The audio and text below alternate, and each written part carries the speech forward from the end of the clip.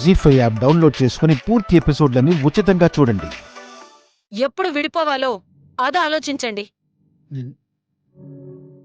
ఎందుకంటే నేను already decide అయిపోయాను. దీనికోసం నేను కోర్టు దాకా కూడా వెళ్తాను. అవసరం లేదు పిన్ని.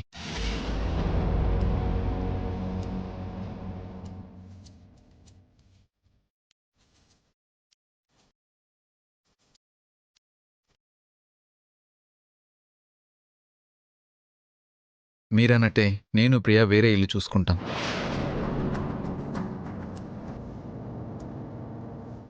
రే అమర్, తనంటే అంది, నీకేమైందిరా? పిన్ని చెప్పిన దాంట్లో నిజం ఉంది నాన్న. రే అది అన్నయ్య, నువ్వు కూడా ఏంటన్నయ్యా? నేహా, నువ్వు చిన్నపిల్లవి, నీకేం తెలీదు, నువ్వు ఊరుకో.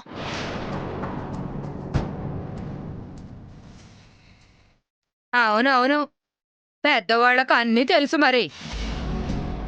అమ్మమ్మ ప్లీజ్ నువ్వు కాసేపు సైలెంట్గా ఉండు. కలిసి ఒక్కటిగా ఉండలేనప్పుడు విడిపోయి కలిసి ఉండడమే బెటర్.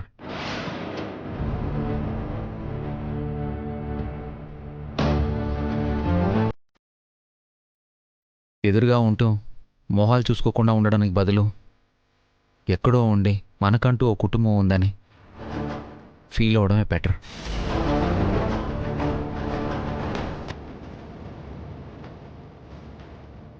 అయినా విడిపోయి ఉండడం అంటే తెగదెంపులు చేసుకొని వెళ్ళిపోవడం కాదు కదా. ఏ పండక్కో పబ్బానికో కలుస్తూనే ఉంటాం కదా.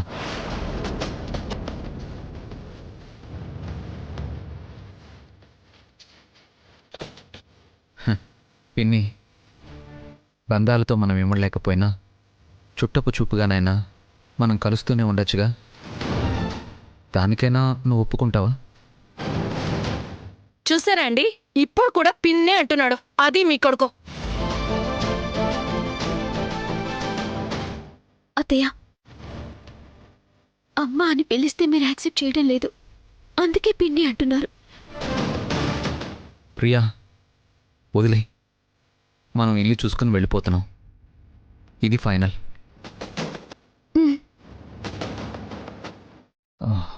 పిన్ని, హాస్పిటల్ ఓపెన్ అయ్యాక వారం తిరక్క ముందే మేము వెళ్ళిపోతాం.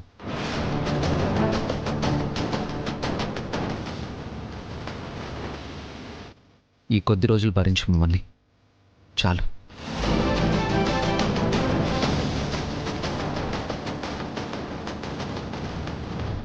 ఇప్పుడు నీకు బాగా తృప్తిగా ఉందా? ఛీ, అమ్మా, ఏంటమ్మా నువ్వు ఇలా చేసావు? నాకు నచ్చలేదు. ఛ! గొప్ప పని చేసావు సునంద.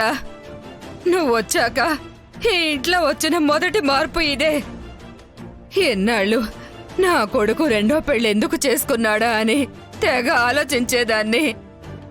కానీ ఇప్పుడు అర్థమైంది ఎందుకా అని.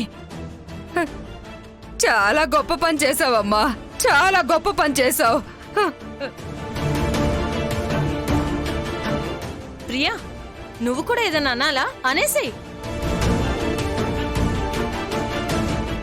మీరెప్పటికీ అమ్మ కాలేరు, పిన్నిగానే మిగిలిపోతారత్తయ్య.